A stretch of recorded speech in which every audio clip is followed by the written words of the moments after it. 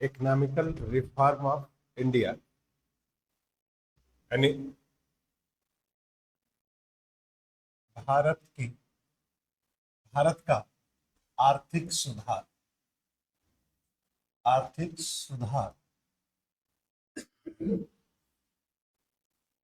नीति या उदारीकरण। वही तो है, means socialism and economical reform of India. समझे? सबसे इंपॉर्टेंट चीज है कि इस क्वेश्चन से means economical reforms of India and socialism, यही है ना टॉपिक। भारत का आर्थिक सुधार प्लस और समाजवाद, ये क्वेश्चन है, ये टॉपिक है। इस क्वेश्चन से आप लोग क्या करें, इस टॉपिक से या इस इशू से क्या आपकी अंडरस्टैंडिंग या क्या आप व्यू जानते हैं, समझ रहे हैं? क्योंकि एक कंसेप्ट ये है, DS Nakara case, supreme court has been defined the socialism is the basic structure of India, basic structure of Indian constitution. Clear? Enemies, DS नाकरावर केस 1984 केस में सुप्रीम कोर्ट की वर्डिक्ट है कि समाजवाद संविधान का क्या है, आधारभूत बेसिक स्ट्रक्चर की थियरी है। Enemies doctrine of basic structure, दो तीन चीजें उठेंगी आपके सामने। ये सब कुछ चीजें, प्रॉब्लम क्या है यहाँ पे कि इस टॉपिक से, ये टॉपिक आपका है, इस टॉपिक से क्या समझ रहे हैं? हाँ, इसी को एलपीजी कहते हैं, लिबरलाइजेशन, प्राइवेटाइजेशन एंड ग्लोबलाइजेशन, इसी को कहते हैं। तो सोसाइटी में रिवॉल्यूशन आने का मतलब क्या था, मतलब इस मीनिंग, क्वेश्चन क्या है, क्वेश्चन ही नहीं समझ में आ रहा है तुम लोग को। क्वेश्चन समझ में आ रहा है आप लोग को? नहीं, तब जब समझ ही में क्वेश्चन ही नहीं समझ में आ रहा है तो लिखेगा क्या? शब्दों की व्याख्या मत करो, interpretation, there is no interpretation of the words. अब तुम लोग इसके लिए माहिर आदमी हो, इसी को पता नहीं क्या क्या तोड़ तोड़ के तुम लोग 2-3 पेज लिख देता है, पता ही नहीं चलता है। और जैसा तोड़ के लिखता है वैसा ही तोड़ के टीचर नंबर दे देता है। क्वेश्चन पहले हम समझते हैं, आगे चलते हैं, फिर बात करते हैं इसको। एक क्वेश्चन है liberalisation, what is the liberalisation और लिबरलिज्म, उदारीकरण, ठीक? वर्ड्स तो सुना है, अब इसको समझना है पहले, तब आगे का स्टेप हम लोग समझ लेंगे।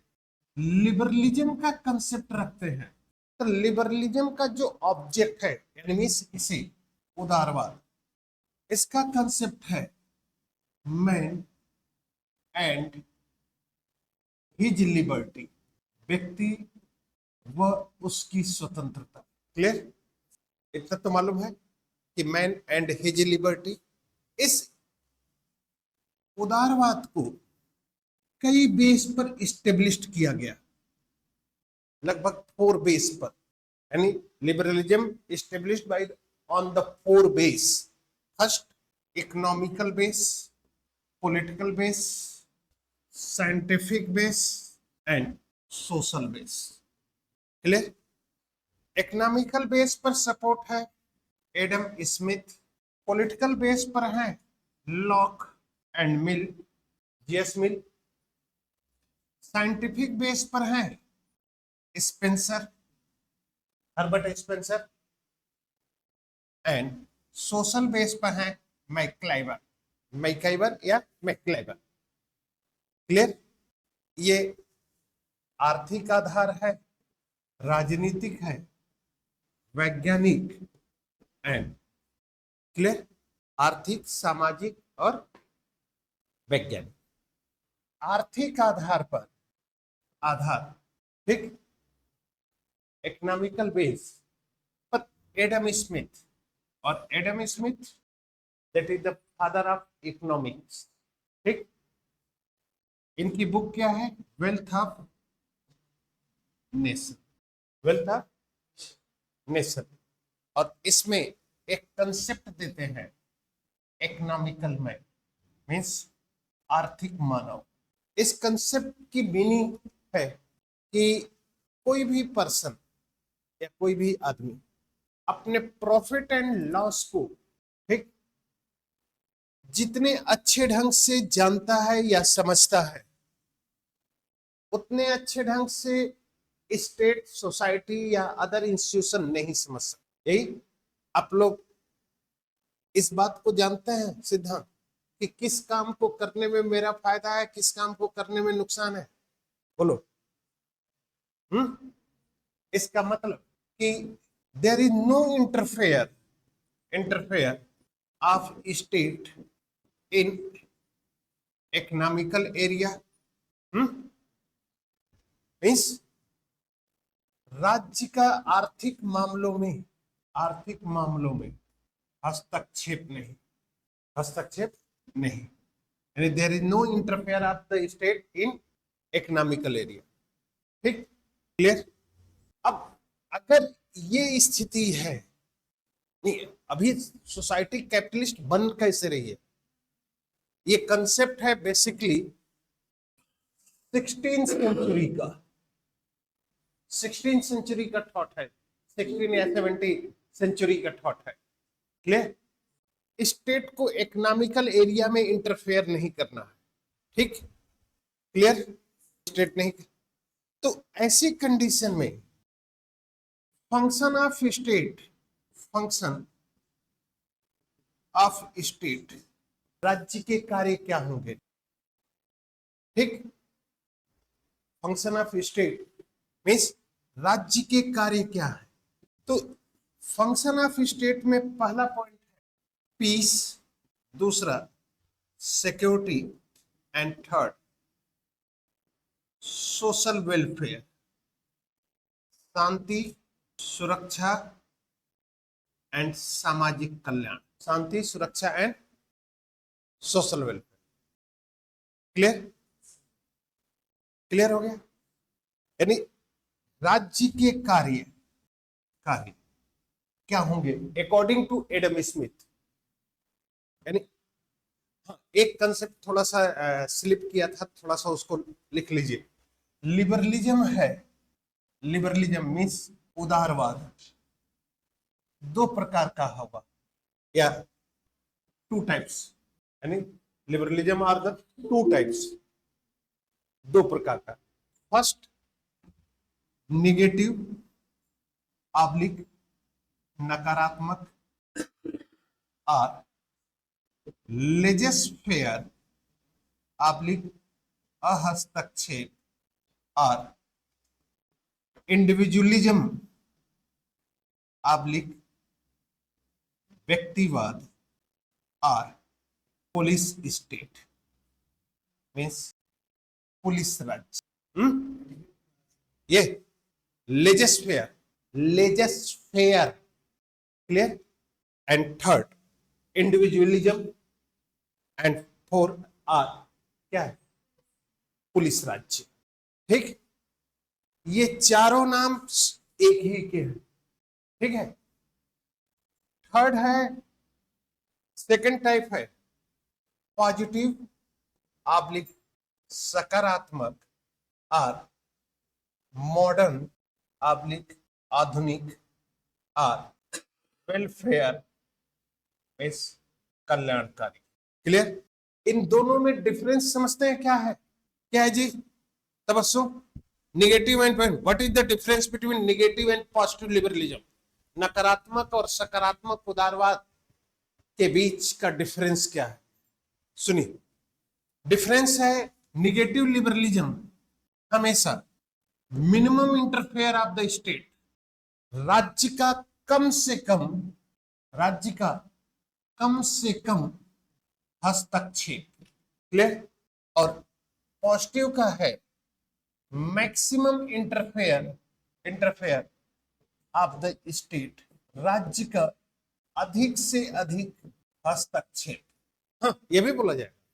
हाँ, negative liberalism, that is the support of the liberty, and positive liberalism, that is the support of freedom.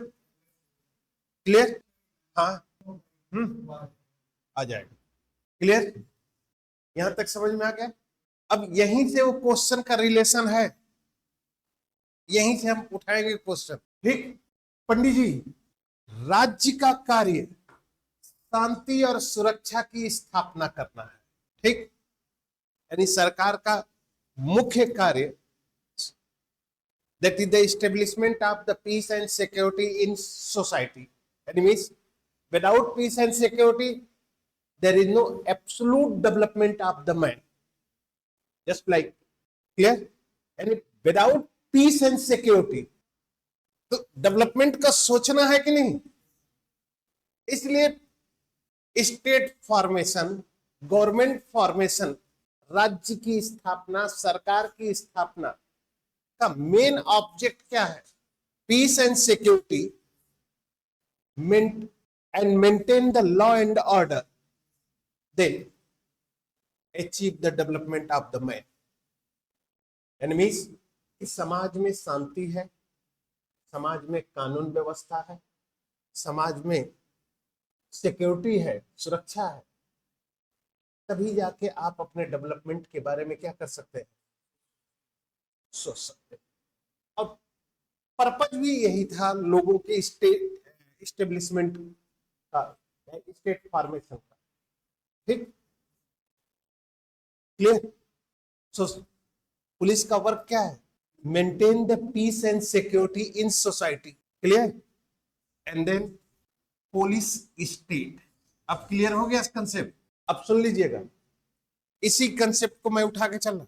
Absence of peace and security in society, there is no industrial development in society.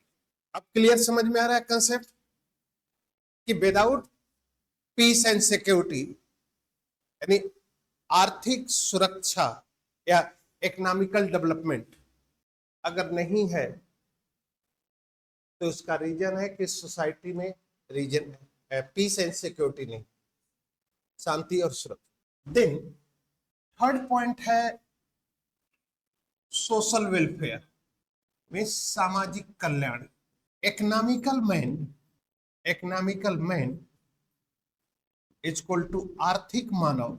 आर्थिक मानव हमेशा जो कुछ भी करेगा अपने profit and loss को लेकर करेगा। व्यक्ति जो कुछ भी करेगा किसको लेकर करेगा? अपने प्रॉफिट एंड लॉस को लेकर। लखनऊ, यहां से ये है आगरा, यहां से ये है इसको मान लो गोरखपुर। ठीक, दोनों की डिस्टेंस नियर अबाउट 300 किलोमीटर होगी। क्लियर? यहां तक तो समझ में आ रहा है? उसके बाद क्या है?